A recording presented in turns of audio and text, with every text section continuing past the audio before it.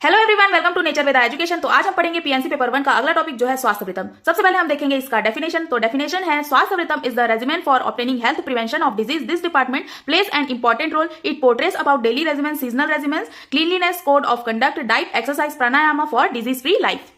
तो स्वास्थ्य वृत्तम क्या है? एक रेजिमेंट है या फिर आहार है जो क्या करता है, हेल्थ को बनाए रखने में और डिजीज को प्रिवेंट करने में हेल्प करता है। और ये जो स्वास्थ्य वृत्तम डिपार्टमेंट है वो एक इंपॉर्टेंट रोल प्ले करता है। और हमें अपनी लाइफ को कैसे प्रॉपर वे में रहना है, खाना है और कैसे अपना रूटीन फॉलो करना है, ये हमें इसके थ्रू क्या करता है, डिस्क्राइब करता है। जैसे कि हमें कैसे अपने बॉडी को क्लीन रखना है और सीजन के अकॉर्डिंग हमें कैसे कपड़े पहनने हैं, क्या खाना है, ठीक है, जो भी डाइट है, एक्सरसाइज है। और एक्सरसाइज, प्राणायाम और जितने भी फिजिकल एक्टिविटी हैं उनके थ्रू हम अपने आप को डिजीज फ्री कैसे रख सकते हैं और अपने हेल्थ को कैसे क्योर कर सकते हैं, वो सब क्या है, स्वास्थ्य वृत्तम में डिस्क्राइब किया गया है। सबसे पहले हम देखेंगे दिनचर्या। तो जो स्वास्थ्य वृत्तम है इसे 4 पार्ट पे क्लासिफाई किया गया है, जिसमें फर्स्ट है हमारा दिनचर्या और सेकंड है हमारा रात्रिचर्या, थर्ड है ऋतुचर्या और फोर्थ है हमारा वेग धारणम। तो सबसे पहले हम देखेंगे दिनचर्या।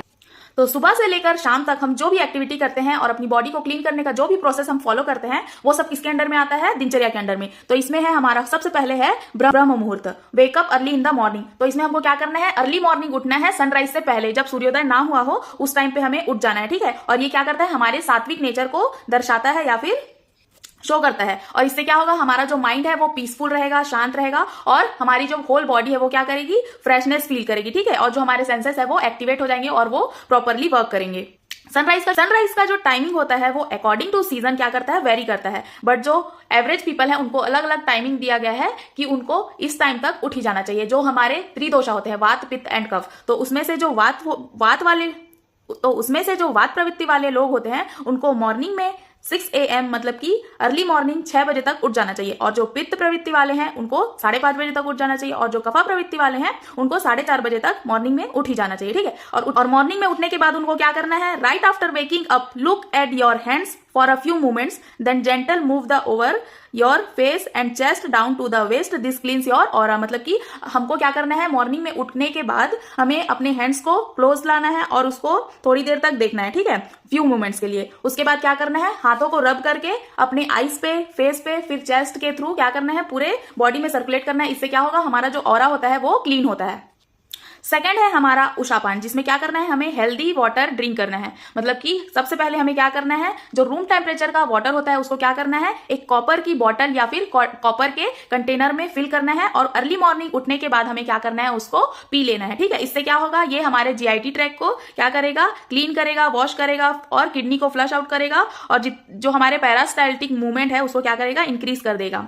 कुछ लोग होते हैं जो अपने जो दिन की शुरुआत है वो चाय या कॉफी से करते हैं, तो ये बहुत ही गलत चीज होती है, ठीक है। हमें अपने दिन की शुरुआत कभी भी चाय या कॉफी से नहीं करनी चाहिए। ये क्या करते हैं, हमारा जो मेंटल स्ट्रेस है उनको इंक्रीज कर देते हैं, बॉडी के जितने भी फंक्शंस होते हैं उसको डिस्टर्ब कर देते हैं, जिससे क्या हो सकता है, कॉन्स्टिपेशन या फिर कोई भी डिजीज क्रिएट हो सकती है। इसलिए हमको क्या करना चाहिए, नॉर्मल हमारा जो हेल्दी रूटीन है, हेल्दी लाइफस्टाइल है उसे फॉलो करना चाहिए। थर्ड है हमारा मल मूत्र विसर्जनम या फिर एलिमिनेशन ऑफ बॉयल। इसमें हमको क्या करना होता है, जो हमारा बॉयल होता है और जो हमारे ब्लैडर में यूरिन होता है, ठीक है, उसको हम अपने बॉडी से क्या करते हैं, एलिमिनेट करते हैं या फिर एक्सक्रीट आउट करते हैं, जिससे हमारी बॉडी क्या हो जाती है, क्लीन हो जाती है और सारे टॉक्सिन्स बॉवेल और यूरिन के रूप में क्या हो जाते हैं, बॉडी से बाहर पास आउट हो जाते हैं। फोर्थ है हमारा दंत धवनम या फिर ब्रशिंग।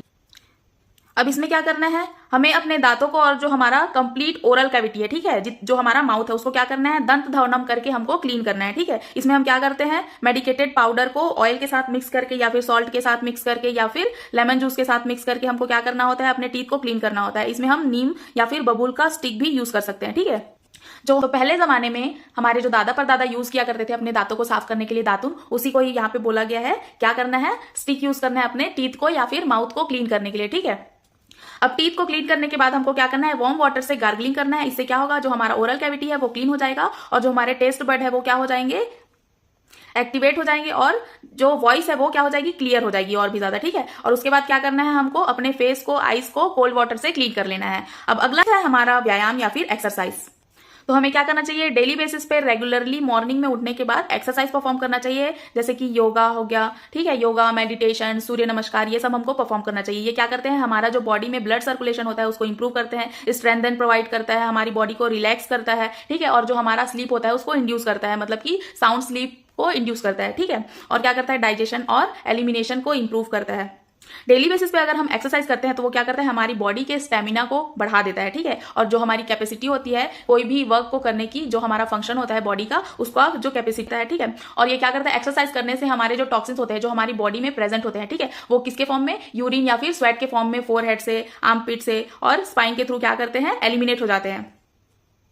जो वात प्रकृति के लोग होते हैं उनको क्या करना चाहिए, सन सैल्यूटेशन यानी कि सूर्य नमस्कार 12 सेट करना चाहिए, ठीक है। और स्लो स्लो करना चाहिए, मतलब कि धीरे धीरे करना चाहिए। Leg lifting, camel pose, cobra pose, cat and cow pose, ठीक है, इन सबको क्या करना चाहिए, स्लोली परफॉर्म करना चाहिए और जेंटल एक्सरसाइज परफॉर्म करना चाहिए। अब आ जाते हैं पित्त वाले। तो पित्त वाले प्रकृति के जो लोग होते हैं उनको क्या करना चाहिए, सन सैल्यूटेशन 16 सेट्स में परफॉर्म करना चाहिए और मॉडरेशन में, मतलब कि थोड़ा स्पीड में, ठीक है। फिश पोज, बोट पोज और कामिंग एक्सरसाइज परफॉर्म करना चाहिए। अब जो कफा प्रकृति वाले लोग होते हैं उनको क्या करना चाहिए, सन सैल्यूटेशन 12 सेट परफॉर्म करना चाहिए और रैपिडली परफॉर्म करना चाहिए, जिससे उनका जो कफ है वो क्या हो जाए, बैलेंस्ड रहे, ठीक है।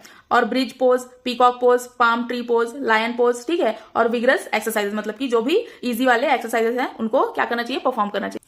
अब 6 है हमारा अंगमर्दनम और इसे ही हम कहते हैं मसाज।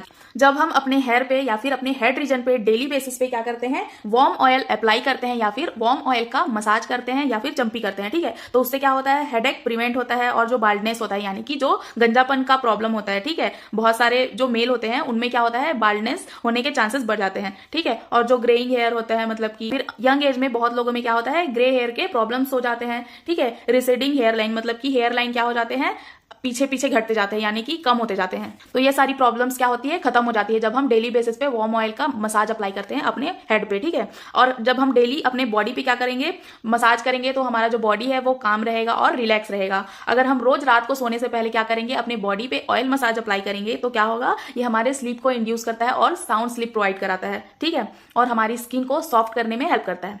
जो वात प्रवृत्ति के लोग होते हैं उनको सेसमे ऑयल, मतलब जो तिल का तेल होता है उससे मसाज करना चाहिए। जो पित्त प्रवृत्ति वाले होते हैं उनको सनफ्लावर या फिर कोकोनट ऑयल, मतलब कि सूरजमुखी का तेल या फिर नारियल के तेल से मसाज करना चाहिए। और जो कफा प्रकृति के लोग होते हैं उनको सनफ्लावर और मस्टर्ड ऑयल से करना चाहिए, मतलब कि सूरजमुखी या फिर मस्टर्ड ऑयल यानी कि सरसों के तेल से क्या करना चाहिए, मसाज करना चाहिए। अब 7th पॉइंट है हमारा शीर्षन्नम या फिर बाथिंग।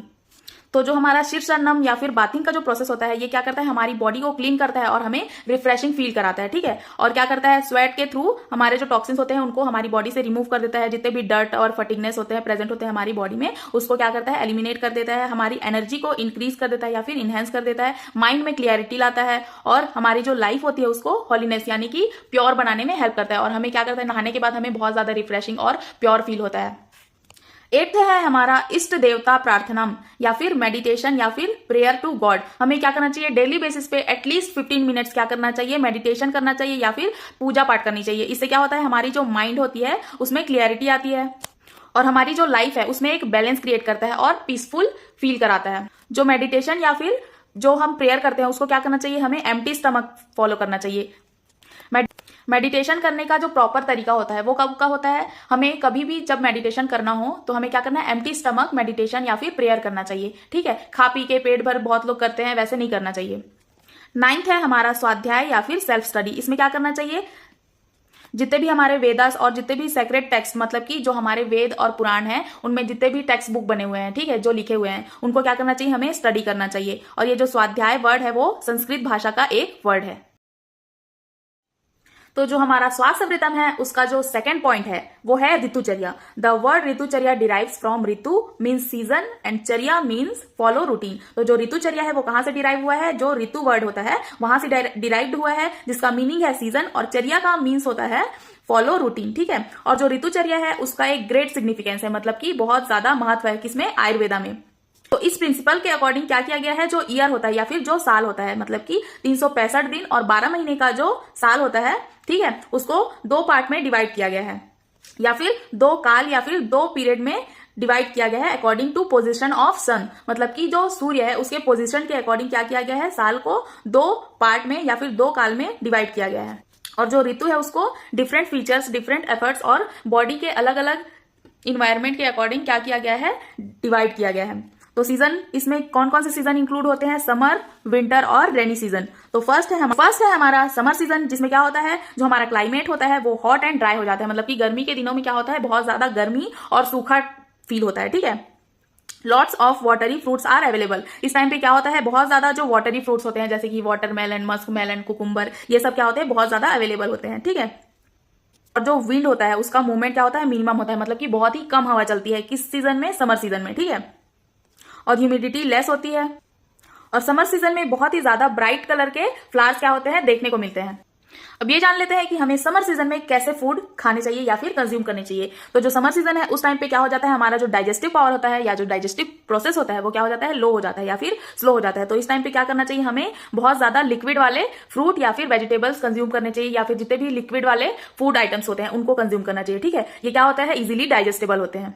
और समर सीजन में हमें कैसे क्लोथिंग करना चाहिए या फिर कैसे कपड़े पहनने चाहिए, तो हमें लाइट और लूज फिटिंग क्लोथ्स पहनने चाहिए, जिससे क्या हो सके, हमारे बॉडी में जो सर्कुलेशन है प्रॉपर एयर का और जो हमारा ब्लड का सर्कुलेशन है वो प्रॉपरली हो सके। ठीक है, और अब ये भी देख लेते हैं कि कौन कौन से एक्टिविटीज हमको परफॉर्म करने हैं और कौन कौन से अवॉइड करने हैं समर सीजन में। तो यहाँ पे क्या बोल रहा है, स्ट्रेनस फिजिकल एक्टिविटी, मतलब कि जितने भी हार्ड वर्क होते हैं, जितने भी हार्ड एक्सरसाइजेस होते हैं उनको क्या करना चाहिए, हमें अवॉइड करना चाहिए। और आफ्टरनून में हमें क्या करना चाहिए, प्रॉपर स्लीप या फिर रेस्ट लेना चाहिए। जो हमारा वर्कलोड होता है उसको रिड्यूस करना चाहिए। समर सीजन में हमें ज्यादा काम नहीं करना चाहिए। ठीक है, वरना डिहाइड्रेशन होने के चांसेस हो सकते हैं या फिर कोई और डिजीज होने के चांसेस हो सकते हैं। ठीक है, sexual activity should be minimum, मतलब कि समर सीजन में सेक्सुअल एक्टिविटी में कम इन्वॉल्व होना चाहिए। ठीक, avoid over exposure of sun, alcohol and hot food items, मतलब क्या बोल रहा है, ओवर एक्सपोजर ऑफ सन को अवॉइड करना है। ठीक है, एल्कोहल और जितने भी हॉट नेचर वाले फूड आइटम्स होते हैं उनको क्या करना है, अवॉइड करना है।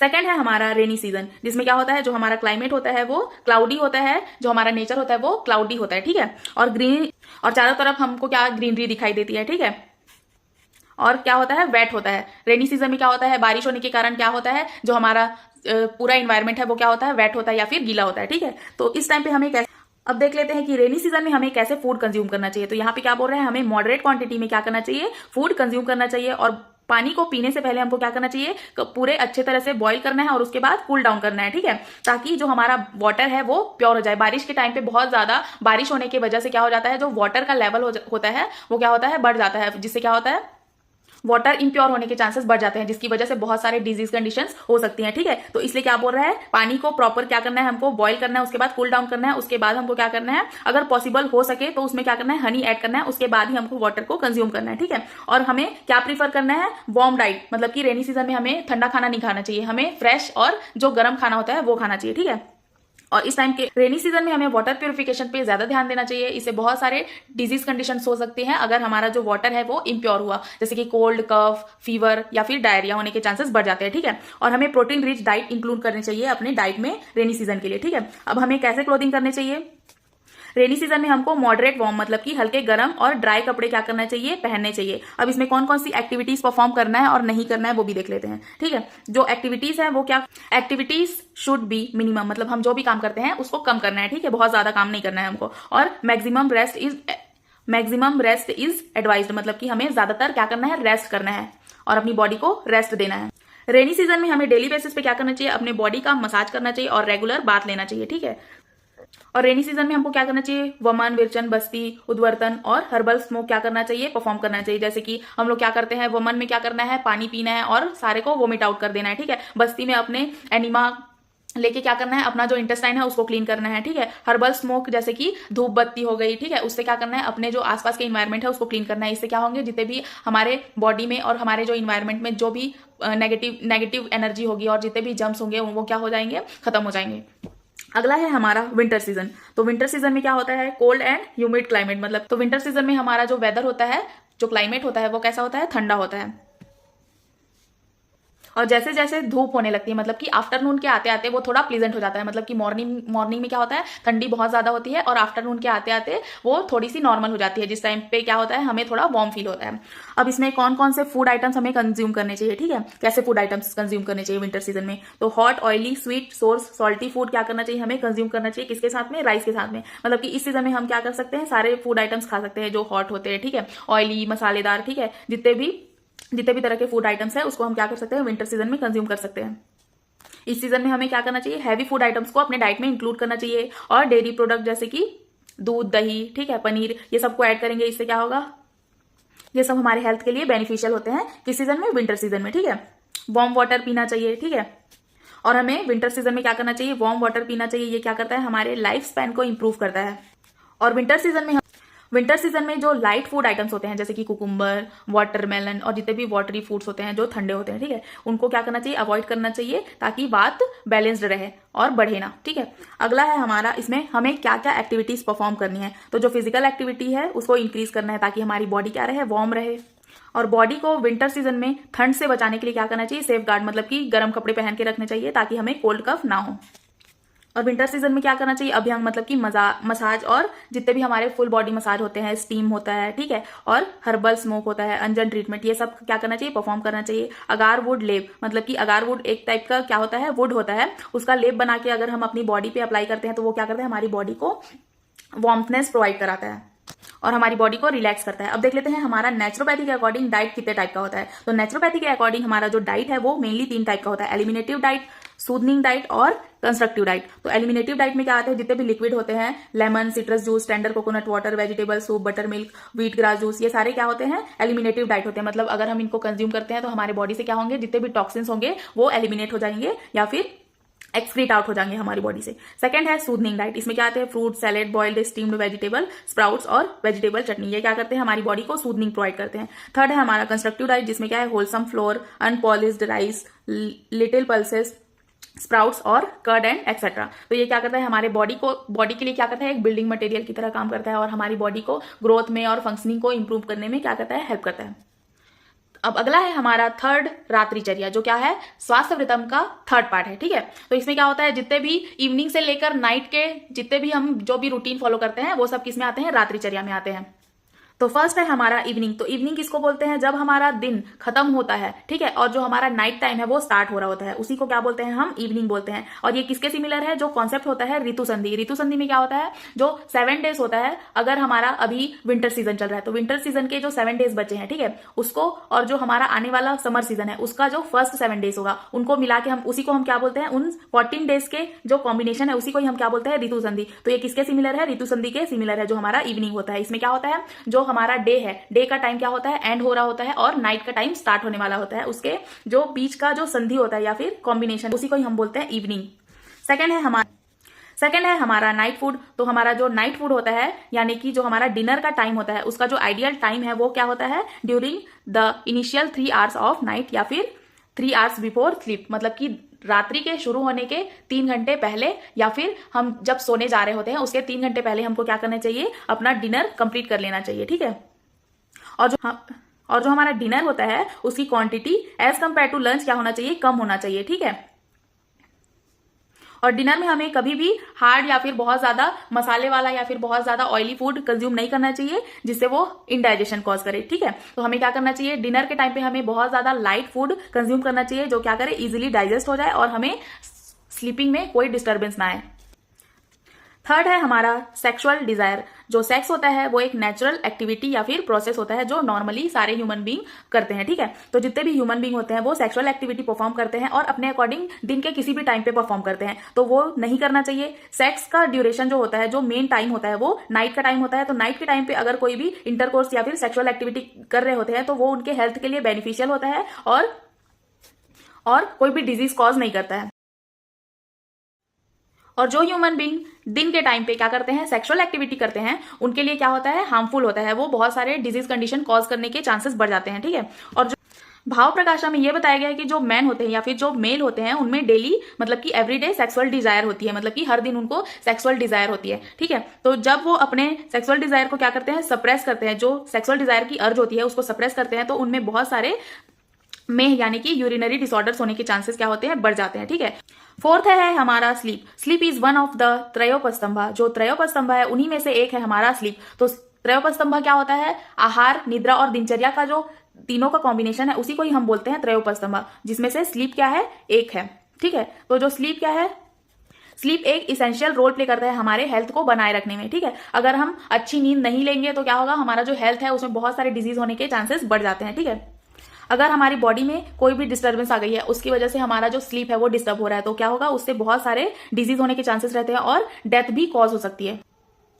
अब स्वास्थ्यवृत्तम का जो फोर्थ पार्ट है वो है हमारा वेग धारणम। The word Vega Dharanam is made up of 2 words Vega and Dharanam, where Vega means natural urge and Dharanam means suppression. मतलब इसमें क्या बोल रहा है, जो वेग धारणम है वो 2 वर्ड से मिलकर बना होता है, जिसमें वेगा का मतलब होता है नेचुरल अर्ज और धारणम का मतलब होता है सप्रेशन। तो यहाँ पे क्या बोल रहा है, वेग धारणम का मतलब क्या हो रहा है, फोर्सफुली सप्रेशन ऑफ नेचुरल अर्ज। जितने भी नेचुरल अर्ज होते हैं हमारी बॉडी के, उसको फोर्सफुली सप्रेस करना ही क्या कहलाता है, वेग धारणम कहलाता है। फर्स्ट है हमारा vomiting. Content of vomit, act of vomit except the content of the stomach, the pH of it is almost always highly acidic. तो जो स्टमक होता है, ठीक है, उसमें जितने भी कंटेंट होते हैं वो उसका pH क्या होता है, हाईली एसिडिक होता है, ठीक है। समटाइम्स मतलब कि कभी कभी क्या होता है, vomit strict in blood called blood vomit. मतलब क्या होता है, कभी कभी जो हमारा वॉमिट होता है वो ब्लड के साथ बाइंड होके स्ट्रिक्ट होके क्या होता है, वॉमिट के फॉर्म में बाहर आता है, ठीक है। उसी को ही हम ब्लड वॉमिट भी बोलते हैं। और बहुत बार क्या होता है, इंटेस्टाइनल ऑब्स्ट्रक्शन की वजह से क्या होता है, बाइल जूस क्या होता है, वॉमिट के फॉर्म में बाहर आता है, जो क्या होता है, ग्रीन कलर का होता है, ठीक है।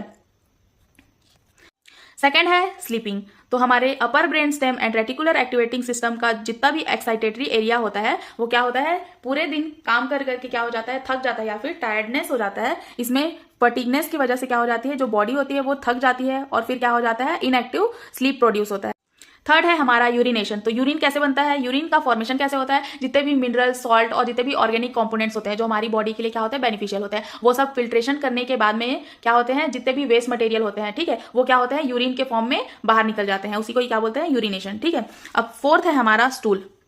जो स्टूल होता है वो क्या करता है, बॉडी के रेक्टम एंड एनस के थ्रू क्या होता है, बॉडी से पास आउट हो जाता है। स्टूल को ही हम क्या बोलते हैं, फीसीज बोलते हैं। जो भी हम कंज्यूम करते हैं, जितने भी फूड, ड्रिंक, ठीक है, जितने भी हम कंज्यूम करते हैं, उसके डाइजेशन के बाद, एब्जॉर्प्शन के बाद जो भी हमारा वेस्ट प्रोडक्ट होता है वो क्या होता है, स्टूल के फॉर्म में हमारे बॉडी से बाहर निकल जाता है। बहुत बार क्या होता है, कॉन्स्टिपेशन की कंडीशन में स्टूल पास आउट करना क्या हो जाता है, हार्ड हो जाता है या फिर नॉर्मल नहीं होता है। तो ये था हमारा स्वास्थ्यवृत्तम टॉपिक। आई होप आपको वीडियो अच्छे से समझ में आ गई होगी। वीडियो अगर अच्छी लगी हो तो वीडियो को लाइक, कमेंट एंड शेयर जरूर करें और चैनल को जाके सब्सक्राइब कर दें। और वीडियो कैसी बनी है प्लीज कमेंट करके जरूर बताएं। Thanks for watching.